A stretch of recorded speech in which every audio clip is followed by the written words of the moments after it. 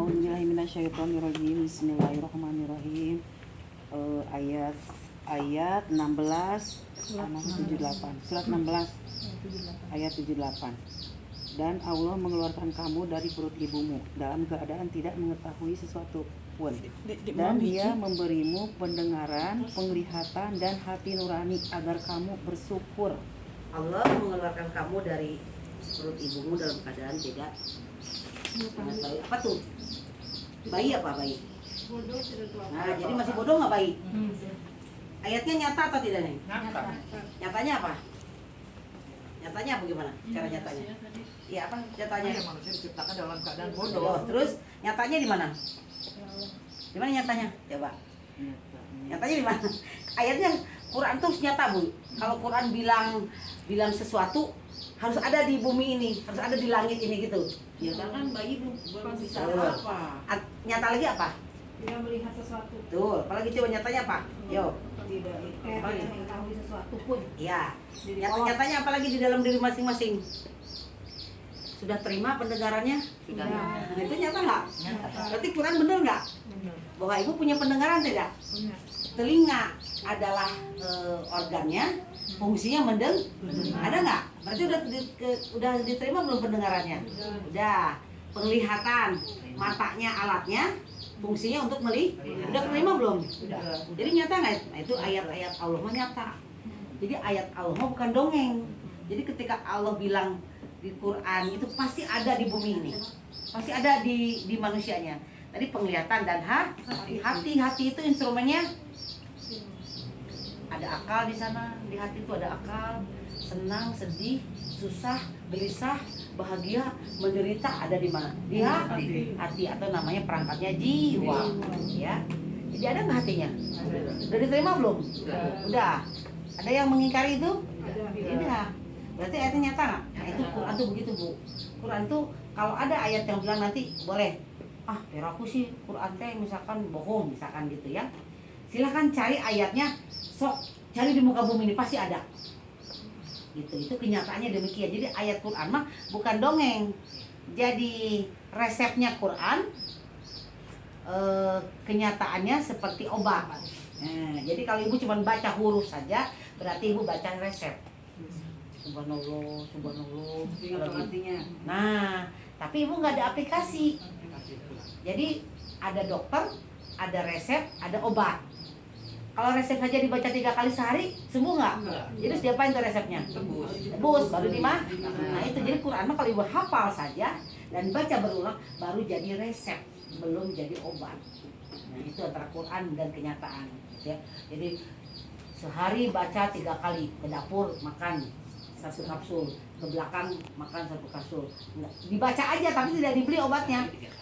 Nah, itu Quran dibaca berkali-kali tidak jadi obat, tidak jadi pedoman, berarti ibu ngedongeng. Berarti harus diamalkan. Nah, itu Harus harus diamalkan 24 ayat 1. 24 ayat 1 diamalkan ya. Putih. Jadi Quran harus diamalkan supaya jadi pedoman hidup.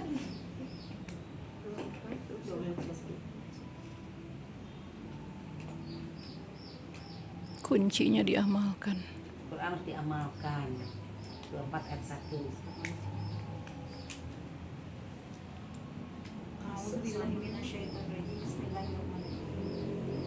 Quran surat 24 ayat 1.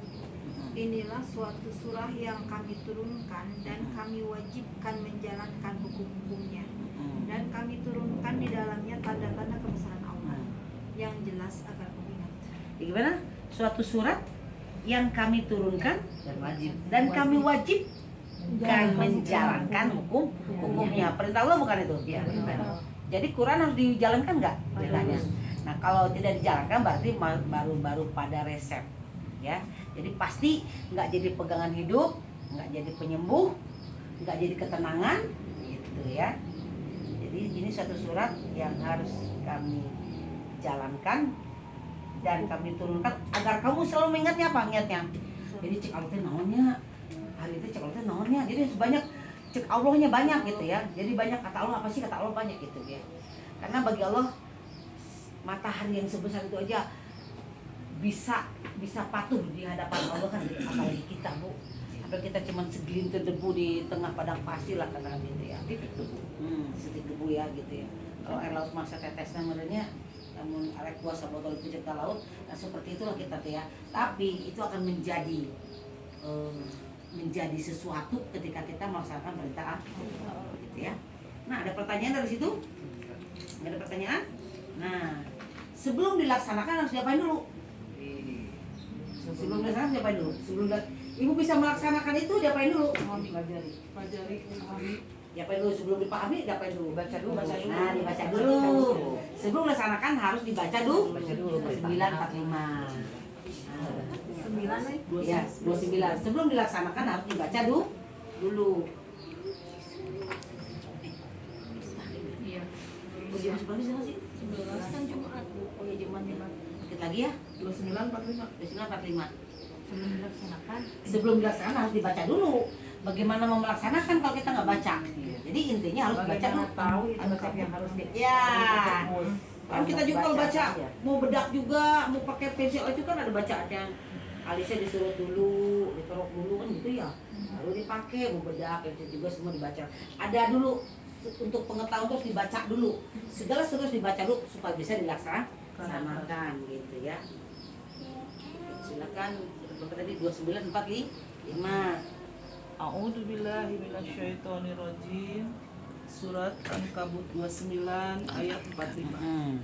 Bacalah kitab Al-Quran yang telah diwahyukan kepadamu Muhammad dan laksanakanlah sholat.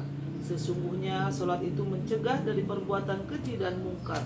Dan ketahuilah mengingat Allah, sholat itu besar keutamaannya dari ibadah yang lain. Allah mengetahui apa yang kamu kerjakan. Baca dulu pas sholat dulu? Baca dulu. Kenapa sih baca dulu? Supaya Supaya tahu. Kalau Allah itu tidak menyuruh menghafal ya, agar kamu mengerti. Jadi baca dulu supaya sholatmu bermakna. Kan? Baca dulu.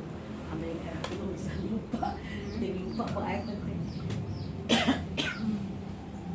Jadi bacalah, baru kamu sholat. Nah supaya dilaksanakan lagi, diapain lagi nih? Kalau baca saja bisa nggak laksanakan? baca doang, kalau tidak dilaksanakan kayaknya nggak bisa. Jadi setelah dibaca, terkadang diapain lagi? Baru dilaksanakan. Pahami dulu. Nah, Kalau udah mengerti baru dijalankan. nah, jadi setelah dibaca, maka masuk ke tahapan dipelajari dulu. Kumahanya sholat teh, kumahanya kitunya. Nah, surat Al-Imran 79. Kalau langsung tadi terus nyapa itu. Yang tadi 2 belum dibacanya, 2378. Belum, nanti aja. Kesini dulu. Ayat berapa? 79. 23. 23. Surat Al-Imran 79. Setelah dibaca harus dipelajari agar bisa dilaksanakan. Oke. Yuk.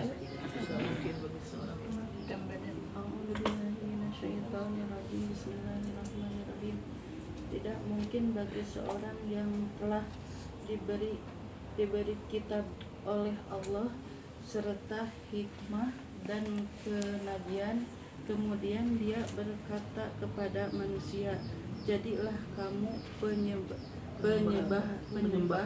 penyembahku bukan penyembah Allah. Tetapi dia berkata, jadilah kamu pengabdi Allah. Tahan dulu sebentar itu, Mbak. Jadilah kamu pengabdi Allah. Kumahanya pengabdi Allah teh? Sujud wae gitu? Patuh. Gimana bro? Patuh dan taat. Prakteknya gimana? Perintahnya, kewajibannya.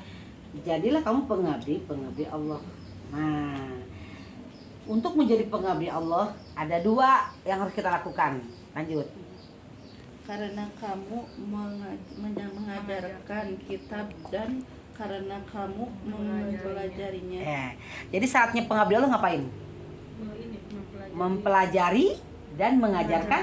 Nah, jadi orang-orang pengabdi Allah, 1 mengajarkan Kitab dan kedua Mempelajari. nah, ada 2 enggak? Nah, itu salah satu contoh pengabdi Allah, mengajarkan dan tetap mempelajari. Kalau di bahasa Arabnya itu ada tadrusun. Di kita mah tadarusan. Tadarusan di orang ngadaras. Karena tadrusun itu mengajarkan dan mempelajari. gitu ya. Ya tadi udah ayat 1 tadi harus dibaca. Setelah dibaca apa tadi? Dipelajari. Nah, sekarang setelah dipelajari baru ke pahaman. Masuk 43 ayat 43 ayatnya 12 43 1 dan 2. 43 1 dan 2. 43 1 dan 2.